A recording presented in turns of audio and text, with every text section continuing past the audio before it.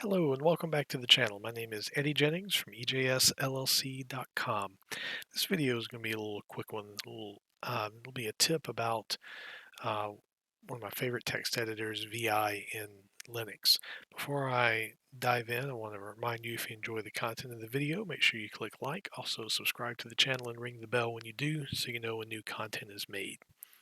So VI is I don't necessarily have a favorite text editor, but it's the one that's kind of my go-to editor in Linux. And one of the reasons why it is because it's everywhere. I've yet to come across a Linux system that does not have VI available to you. I have seen VI behave a little bit differently between systems. I'm using Pop! OS right now on my laptop. I'm going to be using that for a month just to kind of give it a good run on the daily driver to see what I think, and I might continue using that versus using Fedora, but we'll see. But I've noticed a little bit of difference in the behavior of just VI on Pop! OS versus VI that comes with Fedora. But the reason why I want to make this video, and this maybe is the geek in me, but I tend to proclaim to my friends, much to their kind of grand, just here's Eddie going on again.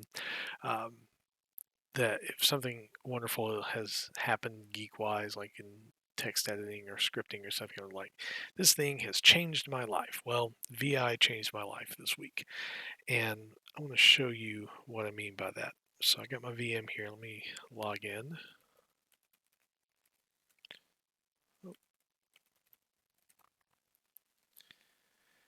Come on.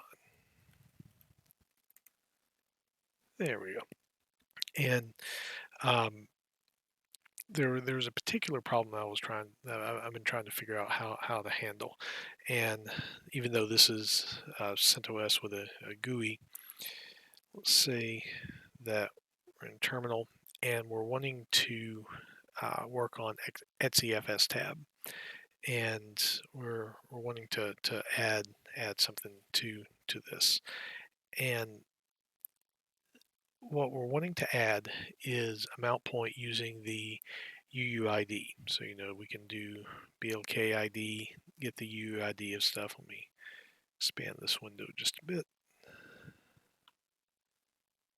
Way all that's going to appear on one line.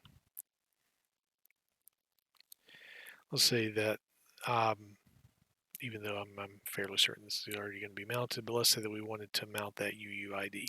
Well, in the GUI, in your if you're running a terminal with that, you can highlight text and you can copy. I'm going to use Control Shift C to copy that, and then if I wanted to edit the etcfs tab, sudo vi etcfs tab.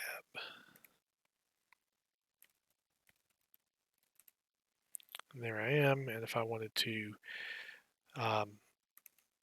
persistently mount this file system, I can UUID equals Control Shift V. We'll paste it. Don't need the UUID twice. And I can mount this file system, mount it to foo and do what anything I want. But the challenge is, let's say that I was in a situation where I did not quit out of this. I deleted too much stuff. Where I did not have a GUI to work with. Like I'm strictly at the console, so there is no click and highlight stuff. How would I be able to get this UUID into VI to be able to do what I'm wanting? And so I consulted Dr. Google and found something that seems like it works quite well, and thus changed my life. So I'm going to demonstrate that for you. So I'm going to go back into VI and sudo vi etcfs tab. So the first thing in this I remember from some of the lessons in Linux Academy with VI, and I'm going to do a couple lines there. You can run commands within VI. So I hit escape, went back to command mode. I can do colon, exclamation point, and any bash command. So let's say I wanted to do the date command. And that's really cool in the fact that you can run bash commands within VI without having to enter or exit the program.